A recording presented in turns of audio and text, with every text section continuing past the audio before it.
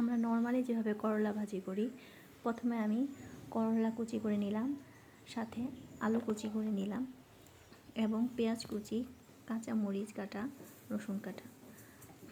তো করলা তিতা হওয়ার কারণে আমরা সাধারণত করলাটা পছন্দ করি না, তাই আমি করলাতে কিছু লবণ মিশিয়ে মাখিয়ে নিলাম। কিছুক্ষণ এটা রেস্টে রেখে দেব, যাতে এটা কিছুটা নরম হয়ে যায় এবং মাখাতে সুবিধা হয়। ঠিক এভাবে আমরা মাখিয়ে মাখিয়ে কচলিয়ে কচলিয়ে এটার যে তিতা পানিটা আছে সেটা বের করে নেব। এটা কচলাতে কচলাতে অনেকটা তিতা পানি বের হয়। ঠিক এভাবে তিতা পানিগুলো আমরা বের করে নেব, নিয়ে ধুয়ে চিপে এগুলোকে ঝরঝরা করে একটা পাত্রে রেখে দেব। তারপর আমি কড়াইতে পেঁয়াজ কুচি, কাঁচামরিচ নিয়ে নিলাম এবং তেল দিয়ে দিলাম। চুলাটা সবসময় মিডিয়াম আঁচে রেখে রান্না করার চেষ্টা করবেন, এতে রান্নাটা ভালো হয়। এবং বাড়ানো কমানোর কারণে অনেক সময় এটা নেতিয়ে যায় এবং পানসে হয়ে যায়।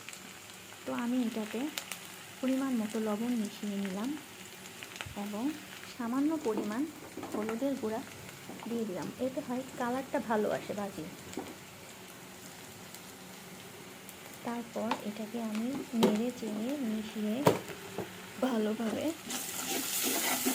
মিশিয়ে নিলাম এবং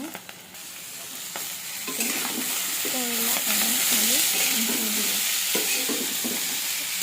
এটা দিয়ে দেওয়ার পরে ভালোভাবে এটাকে মিশাতে হবে। মিশানোর পরে এটাকে ঢেকে দিতে হবে, যাতে ভালোভাবে সেদ্ধ হয়ে যায়। এবং কিছুক্ষণ পর পর এটাকে নাড়া দিতে হবে, যাতে নিচে না লেগে যায়।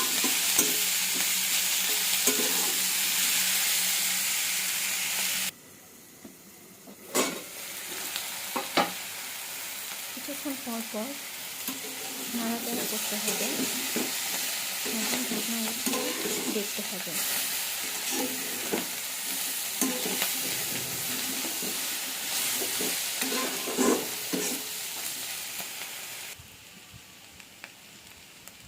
যখন এটি ভালোভাবে হয়ে যাবে তখন সামান্য পরিমাণ ধনেপাতা দিতে হবে। ধনেপাতা দিলে এটি ঘ্রাণ হয় এবং অন্যরকম একটু টেস্ট আসে। আপনারা না দিলেও পারবেন, তবে আমি দিয়ে আমার ভালো লাগে। তবে করলা ভাজিতে চিংড়ি মাছ দিয়ে করলে এটার স্বাদটা দুর্দান্ত হয়। তো আবার অন্য সময় আমি চিংড়ি দিয়ে ভাজিটা করে দেখাবো। আমার ভাজিটা হয়ে গেছে।